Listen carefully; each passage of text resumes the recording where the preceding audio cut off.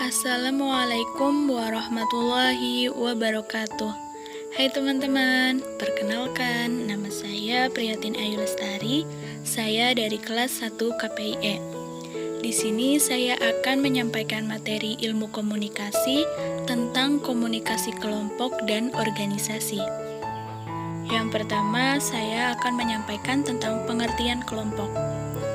Kelompok adalah sekumpulan individu dengan jumlah anggota yang relatif kecil sehingga tiap anggota bisa berkomunikasi dengan mudah, baik sebagai sumber maupun penerima pesan. Kelompok juga diartikan sekumpulan orang yang saling bergantung, saling mempengaruhi satu dengan yang lain, saling berbagi maksud atau tujuan, dan bersatu dalam sebuah interaksi komunikasi. Lalu, komunikasi kelompok. Komunikasi kelompok merupakan proses komunikasi antara 3 orang atau lebih yang berlangsung secara tatap muka. Dalam kelompok tersebut, anggota saling berinteraksi satu dengan yang lain. Atau interaksi secara tatap muka antara 2 orang atau lebih dengan tujuan yang telah diketahui seperti berbagi informasi, eksistensi diri, menjaga diri, pemecahan masalah, dan lain-lain. Yang mana tiap-tiap anggota saling mengenal karakteristik masing-masing.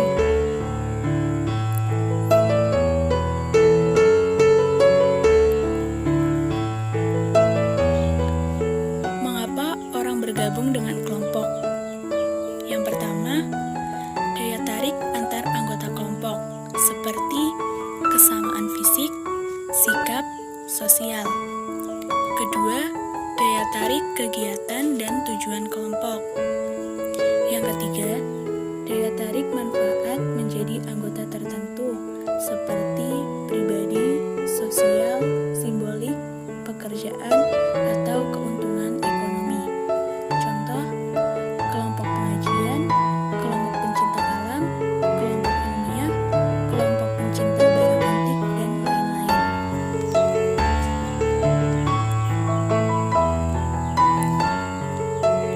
Karakteristik kelompok ada 5. Yang pertama, interaksi, norma, peran, hubungan emosional, dan tujuan. Norma mudah diterima apabila yang pertama, anggota kelompok menginginkan keanggotaan yang kontinu. 2. Pentingnya keanggotaan kelompok. Ketiga, kelompok bersifat kohesif, yakni anggota berhubungan erat, terikat satu dengan yang lain. Keempat, saling bergantung dalam memenuhi kebutuhan masing-masing. Kelima, pelanggaran norma dihukum dengan sesuatu yang negatif atau dikucilkan. Jenis kelompok. Jenis kelompok ada 2,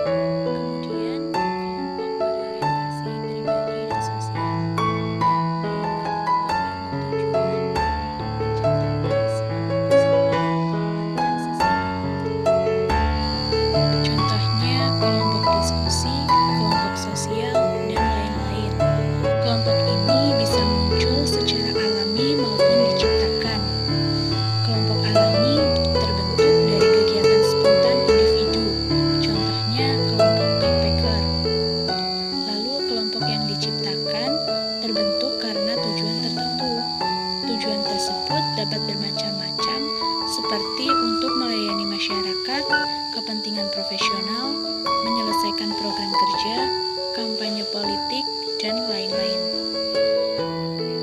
Kemudian jaringan komunikasi kelompok. Jaringan komunikasi kelompok terbagi menjadi 3. Yang pertama, lingkaran, yaitu setiap anggota hanya dapat berkomunikasi dengan anggota yang berada di samping kiri dan kanannya. Tidak ada pemimpin dalam jaringan ini. Yang kedua, bintang, yaitu situasi di mana seluruh pesan mengalir pada satu individu atau sentralisasi jaringan. Yang terakhir, jaringan penuh, yaitu setiap anggota dapat berkomunikasi dan melakukan timbal balik dengan semua anggota kelompok yang lain. Pengertian komunikasi organisasi. Secara sederhana, komunikasi organisasi merupakan pengiriman dan penerimaan pesan di dalam organisasi. Komunikasi memungkinkan terjadinya koordinasi kegiatan yang dilakukan oleh sejumlah orang. Ibarat darah dalam tubuh, aktivitas komunikasi mengantar perintah dari atasan ke bawahan maupun sebaliknya. Selanjutnya adalah fungsi komunikasi dalam organisasi. Fungsi komunikasi dalam organisasi dibagi menjadi 4. Yang pertama, informatif. Orang-orang dalam tataran manajemen membutuhkan informasi untuk membuat suatu kebijakan organisasi ataupun guna mengatasi konflik yang terjadi di dalam organisasi. Karyawan atau bawahan membutuhkan informasi tentang jaminan keamanan, jaminan sosial dan kesehatan, izin cuti, dan sebagainya. Kedua, regulatif. Fungsi regulatif ini berkaitan dengan peraturan-peraturan yang berlaku dalam suatu organisasi. Pesan-pesan regulatif pada dasarnya berorientasi pada kerja. Artinya, bawahan membutuhkan kepastian peraturan-peraturan tentang pekerjaan yang boleh dan tidak boleh untuk dilaksanakan. Ketiga, persuasif. Dalam mengatur suatu organisasi, kekuasaan dan kewenangan tidak akan selalu membawa hasil sesuai dengan yang diharapkan. Maka banyak pimpinan yang lebih suka untuk mempersuasi bawahannya daripada memberi perintah. Sebab pekerjaan yang dilakukan secara sukarela oleh karyawan akan menghasilkan kepedulian yang lebih besar dibanding kalau pimpinan sering memperlihatkan kekuasaan dan kewenangannya. Yang terakhir, integratif. Setiap organisasi berusaha untuk menyatukan karyawan agar dalam menjalankan tugasnya berjalan dengan baik. Media integratif tersebut berupa newsletter, buletin, pertandingan olahraga, kegiatan dan wisata, dan sebagainya. Pelaksanaan aktivitas ini akan menumbuhkan keinginan untuk berpartisipasi yang lebih besar dalam diri karyawan terhadap organisasi.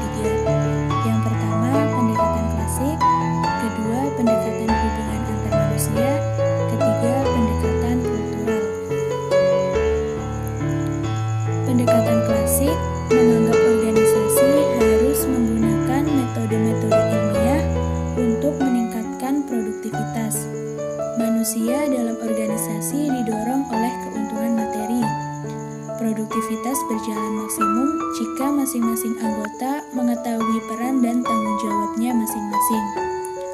Tokoh penting dalam pendekatan ini adalah Frederick W. Taylor. Organisasi juga dipandang seperti mesin. Prinsip efisiensi menjadi hal utama dalam pandangan klasik. Dalam pendekatan ini, komunikasi berperan sebagai pemberi perintah dan menjalankan prosedur dan operasi. Selanjutnya, pendekatan hubungan antar manusia. Berkembang sebagai reaksi terhadap perhatian eksklusif faktor fisik dalam mengukur keberhasilan organisasi. Tonggak pendekatan hubungan antar manusia adalah pandangan yang lebih sosial terhadap kehidupan bekerja.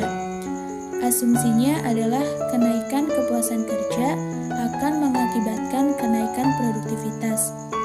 Pimpinan menciptakan aturan dan anggota mengikutinya. Pengendalian kepemimpinan dianggap cara terbaik untuk meningkatkan kepuasan dan produksi.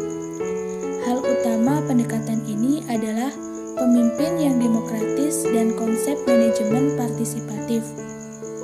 Komunikasi menjadi alat untuk memfasilitasi interaksi sosial dan partisipasi dalam pengambilan keputusan organisasi. Terakhir, pendekatan kultural. Memandang organisasi dan para pekerjanya memiliki seperangkat nilai-nilai dan tujuan yang sama. Organisasi harus melihat jenis kultur dan norma yang ingin dianutnya.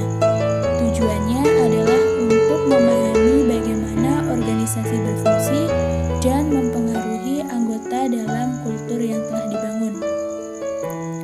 Komunikasi tidak hanya sebagai pengirim pesan semata. Komunikasi terintegrasi dalam organisasi sehingga ikut membentuk budaya dalam organisasi.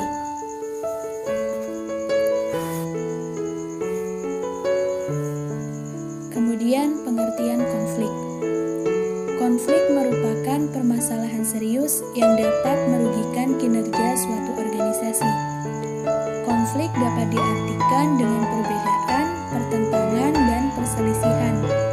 Konflik menjadi bagian